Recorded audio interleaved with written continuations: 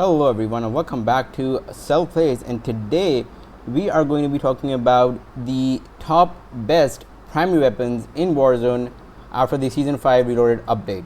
So let's get into it. So starting off with the Bruen. We all remember the Bruen from back Season 5 Modern Warfare Warzone. This thing absolutely dominated Warzone for a season easily, and then it did end up receiving some nerfs. They reduced the damage, they increased the base recoil, they increased the recoil with the 60 round mags. Now the build that was meta back then was the monosuppressor, the longest barrel, the 60 round mags, the attack laser, and then the 3x optic. So this was the build that was meta back then, and if you believe that this build still works for you, this is by far the best build you can get for the Bruen. If you believe that the recoil is a bit hard to control, I would drop the attack laser and I would put on the commando foregrip. And if you still believe that the recoil is still a bit hard to control at range, I would drop these 60 round mags, because the 60 round mags did receive a nerf on top of the base nerf to the recoil. So if you put on the 60 round mags, it does hurt your recoil even more, so I would drop that. I would use the standard 100 round mags and I would put on the attack laser. This is the loadout that I would use for the Bruen if I'm using it as a long range option, pairing this up with an SMG. You could also drop the attack laser if you believe you need a fast reload and put on the sleight of hand perk, but this will slow down your ADS speed by quite a bit. So there are 4 variations of the build. Choose which one works best for you, try them out and see for yourself. The second gun we're going to talk about is going to be the MG82. When this gun was first released, it was absolutely broken, it was dominating, but it did receive a nerf very quickly. So but now with the meta shifting and with the recent nerfs to all the guns, this gun is still very good, especially if you can control that recoil. If you play on mouse and keyboard, I believe this gun would be really good for you. So the build that I would go for the MG82 would be the agency suppressor, the last barrel, because you want to reduce that vertical recoil as much as you can. With that, I would use field agent grip. I would not use a magazine with this. I would use the Alarm 3x scope, and I would put on the airborne elastic wrap. If you do not care about ADS speeds, you can drop the wrap and you can put on the fast mag. This will help you with that ADS speed, or you can drop the fast mag and put on the 125 round mag. It all depends on you, what you prefer. Try these builds out, see which one works best for you. Next up is the Krig. Now the Krig did get another nerf. They added another damage drop off, and it is weaker, comparatively weaker at range now, but it is still a very accurate gun. And again, as I said before, it does not, TDKs do not matter if you cannot hit your shots. So if you are someone that struggles with controlling the recoil, the Krig is an absolute go-to gun. The loadout that I would use would be the agency suppressor, the 4th barrel. The Krig has very easy to control recoil.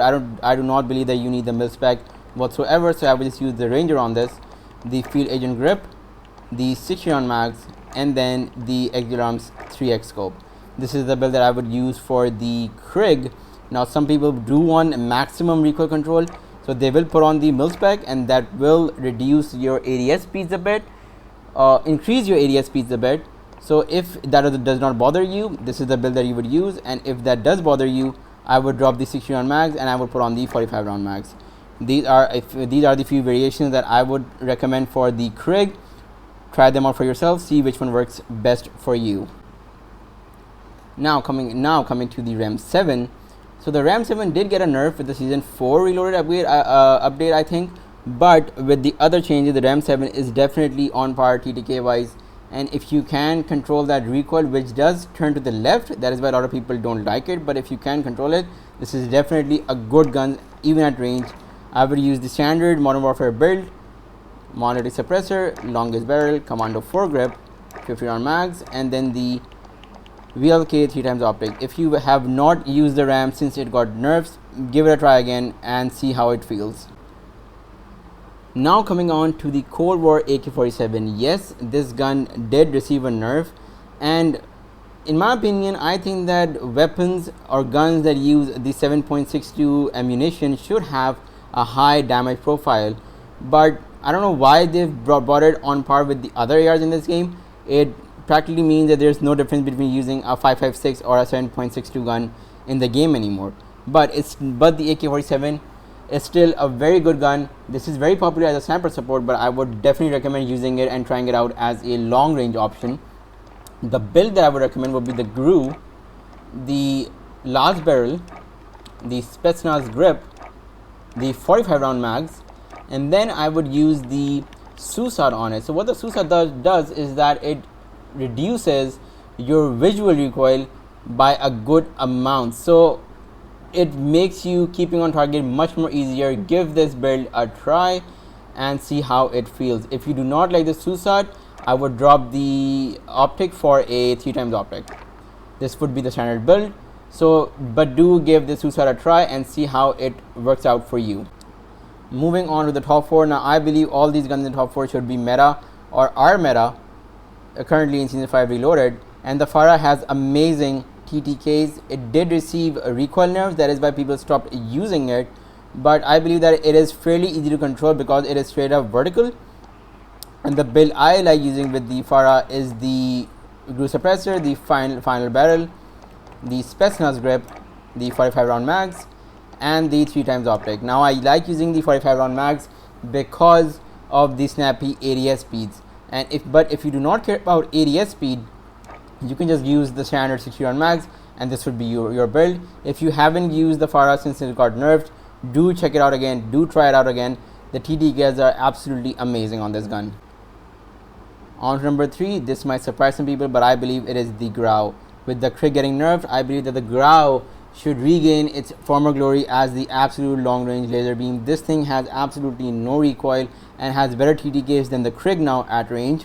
So the build that I would use for the Grau would be the mono, the Archangel barrel, the Commando foregrip, the 60 round mags, and the tac laser. This would be the build that I would use because the Grau has incredibly clean iron sights.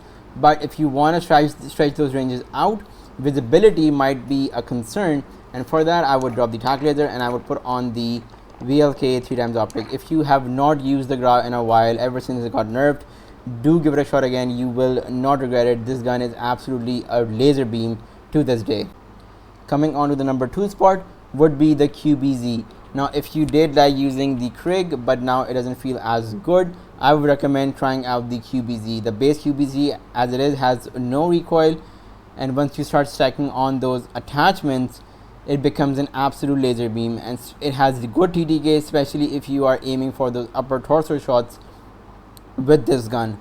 The build that I like using with the QBZ is the agency suppressor, the very last barrel, the field agent grip, the 45 round mags, and the Axial Arms 3x scope. Now I do prefer having a faster ADS speed.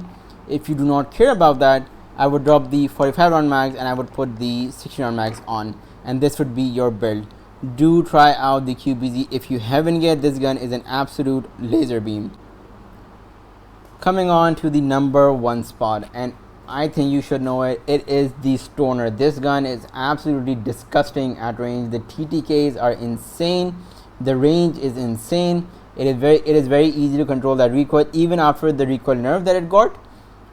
So the build that I use with the Stoner would be the agency suppressor, the task force barrel, the field agent grip, the Royal Cross 4x scope. Now the 4x scope gives you a lot of zoom, and that makes the Stoner a very good gun at long range beaming. I have no problem challenging people at greater than 150 meters with this gun.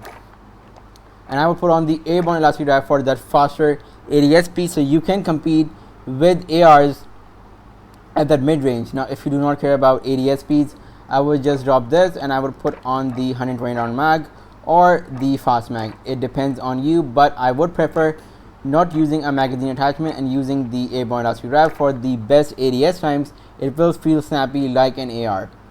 The Stoner is absolutely the meta gun for this season, especially after the Season 5 Reloaded update.